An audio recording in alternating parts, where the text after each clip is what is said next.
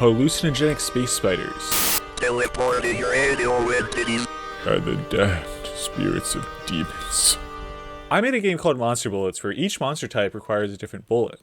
In combat, this makes the player choose a certain bullet over another in order to prioritize one given monster over another. But to make this interesting, I had to design monsters that are unique enough to be worth having preferences over each other. And in this video, I will be covering them all.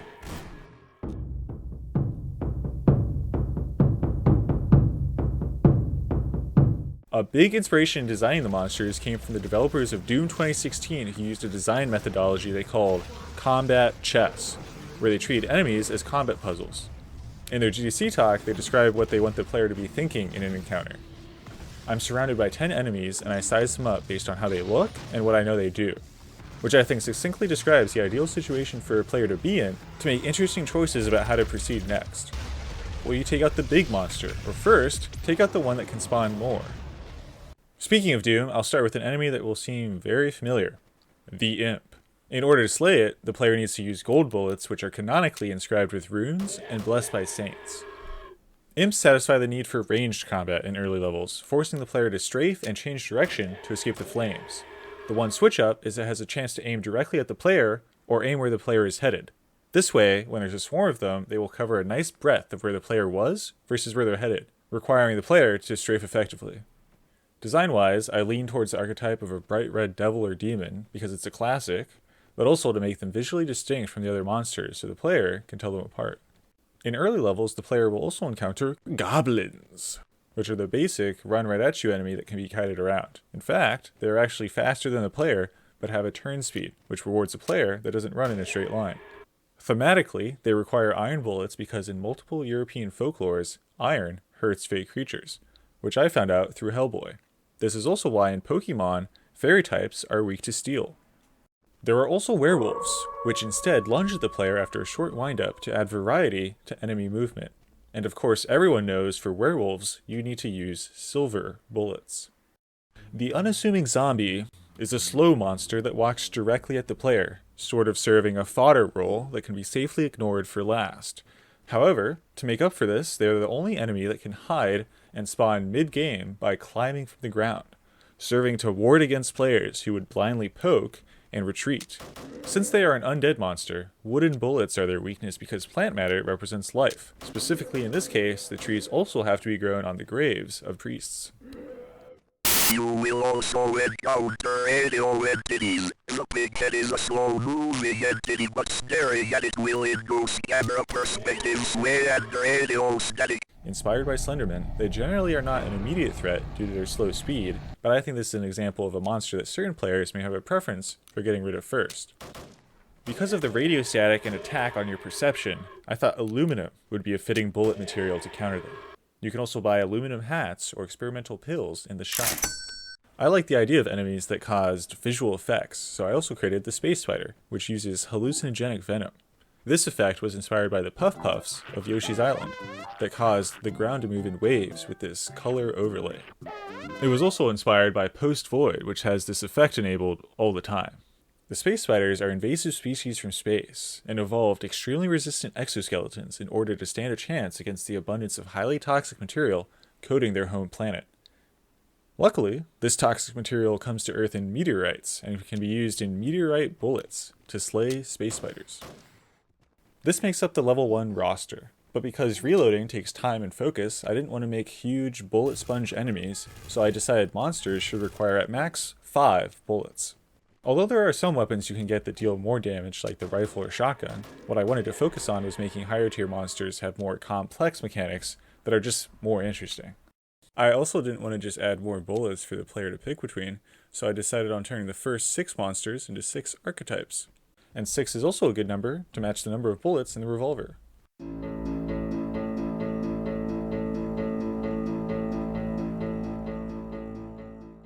The werewolf defines the Lycanthrope archetype, composed of furry brown monsters that tend to lunge at the player. A vampire could be considered a werebat, so I classified it as a lycanthrope, and its mechanic is that after taking damage, it turns into a bat and strafes to the side.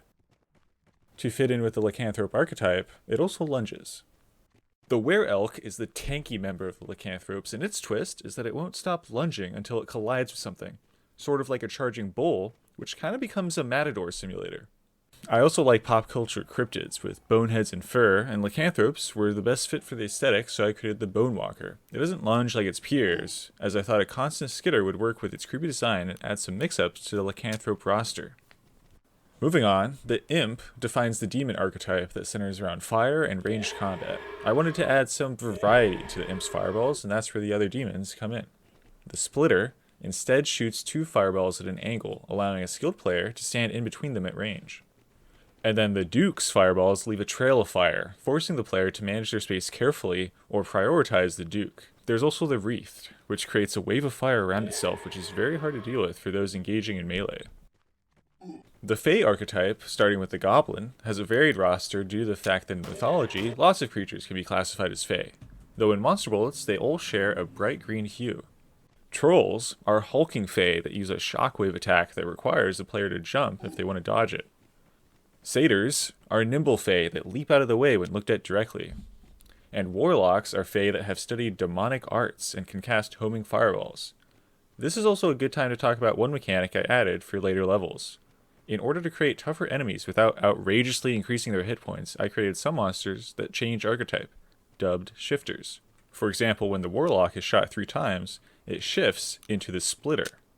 This leads to novice players needing to use more bullets if they miss a shot and have to reload completely, but at the same time doesn't become a slog for experienced players who can plan and hit their shots efficiently. The radio entities were a lot of fun to design, and I wanted to add to this surreal horror feeling by having them really seem to be messing with your mind. So the Watcher is an entity that disappears when you look directly at it, only reappearing nearby after a short duration. The Bonehead has a similar mechanic to Cruelty Squad's Psychers, that staring at them also affects your field of view and adds random movement to the crosshair. But the Boneheads also keep the radio static and perspective shift of their radio entity peers. You might have been able to tell by the head, but this one shifts into the Bone Walker. The Webhead is pretty similar, but instead it shifts into the Weber Space Spider. Speaking of space spiders, they all have hallucinogenic bites, but I wanted to give them some tools to make it easier to bite you.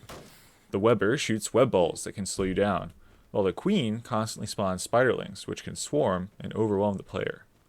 The Undead archetype all have bright blue pigment, like the zombies. The Ghost tries to share the ambushing nature of the zombies by phasing through walls and becoming more of a nuisance in tight corridors. They are a bit forgiving though, as they will warn you before attacking by powering up a lunge. And by the way, the Duke will shift into a bigger ghost when slain. The Hatchery is a zombie that is not a shifter, but will leave a web trail, and when slain, will spawn 3 spiderlings. For the end of the game, I wanted a final boss that tied in themes from all the archetypes. Enter the Goblin King. An eccentric goblin whose experience in forbidden rituals and magics has elevated his status to kinghood. Rumors circulate that his soul has shattered long ago. Taking a mechanic from satyrs, he will sometimes strafe when looked at directly. Also randomly, he will shift into an animal form and lunge at the player. When he attacks, he borrows the troll mechanic of an area of effect ground pound. After his first phase, he will shift into an undead form and continually spawn spiderlings unless dispatched. And in his last phase, he takes on a demon form, but will alternate with a radio entity form based on certain damage thresholds. The demon form has the area effect fire from the Wreath, and also creates a wall of flames like the Duke. When finally slain, you win if you were playing the King Hunt mode. However, if you were playing Endless, the Goblin King instead slowly increases his chance of spawning, and eventually, you may be faced with multiple Goblin Kings. Recently, for the holidays, I added some updates with some new monsters. For these updates, I didn't want to just make more shifters, so I leaned into the idea of monsters that can spawn more like the Spider Queen, but instead, able to spawn monsters of a different archetype. For example, the new monster, the Necromancer, is a teleporting radio entity, but spawns zombies that can block aluminum bullets meant for it. Over here, the Witch is a flying enemy that spawns imp servants. She can also dodge when looked at, so you have to be purposeful to dispatch her before she summons a firing line of demons. For winter, I added the Krampus, which is obviously inspired by the Krampus, but instead of just punishing children, it turns them into goblin soldiers, which have green caps to denote their loyalty to the Krampus. To account for these monsters that can endlessly spawn others, I also added an item called the Bullet Pixie, which refills your bullets if you get a melee kill when you're out of a certain type. This way, it's an option if you keep running out of bullets, but toons don't feel obligated to farm bullets endlessly. If you would like to know more about the monsters, in-game there's also a Beastiary which contains more details about each monster, and a bit of fun unlockable lore. For example, if you slay 10 were-elk, you will find out that sometimes, after years of living in the forest, hermits will report hearing the whispers of the moon. It is believed that those that listen in are granted power by the moon. Or that for the Duke, the reason they make excursions into our world is just to pad their resume. Anyways, thanks for watching.